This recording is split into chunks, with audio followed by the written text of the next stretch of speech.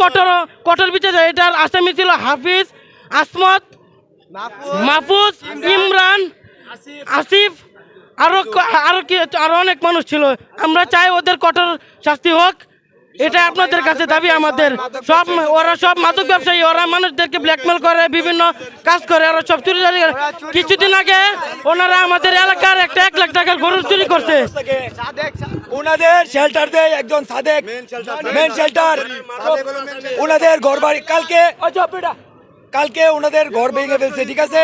ঘর থেকে সিরিজ পাইছি, তারপরে বাবা খাওয়ানোর যা সরঞ্জাম আছে ওনারা বাজে মহিলা নিয়ে আসে। ওনাদের ঘরে কন্ডমের প্যাকেট পাইছি, সব ভিডিও ফুটেজ আছে, ঠিক আছে। মার্ডার মামলার আসামি, ইভেন কি ওই যে শাওন হত্যার যে মামলার আছে, ওনারাই শেল্টার দেয়, ঠিক আছে। ওনারাই শেল্টার দেয়, কিশোর গ্যাং ট্যাং সব, ঠিক আছে। ওনারাই এগুলোর সাথে সব জড়িত। এর কঠিন বিচার চাই। এদের ক্রস ফায়ার ছিল, ঠিক আছে।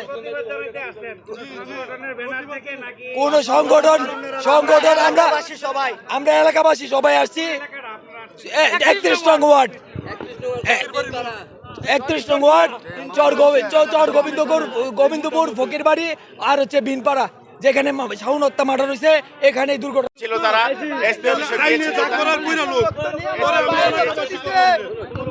উনি আমাদের শিক্ষক, আমরা ওনার কাছে প্রাইভেট পড়ি।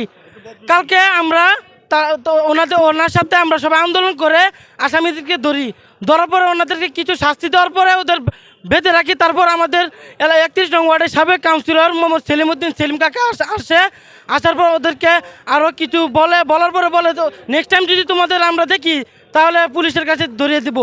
ওইসব শেষ আমরা আজকে আসছি স্যারের কাছে, দুপুরে প্রাইভেট পড়তে গেছি। ওই সময় স্যারে বলতেছে আমাকে কত নাকি হুমকি টুমকি দিচ্ছে ওরা, যে আমাকে অনেক কিছু করে ফেলবে। আমি কিছু কান্না দিয়ে আমি চলে আসছি। আজকে আমাদের চর জেলখানায় আজকে একটা মিটিং ছিল, সেই মিটিংয়ে সবার আসার কথা ছিল, কিন্তু আমরা সবাই ওখানে গিয়ে উপস্থিত হয়েছি। তারপরে আমরা শুনি আমাদের নাইম স্যারকে ওরা মারছে, মাথা মুথা ফাটাই ফেলাইছে। তারপর তাকে চরপাড়া মেডিকেল কলেজে নেওয়া হয়েছে হাসপাতালে। ওইখান থেকে এখন তাকে ঢাকা মেডিকেলে পাঠিয়ে দেওয়া হয়েছে, তার সিরিয়াস অবস্থা।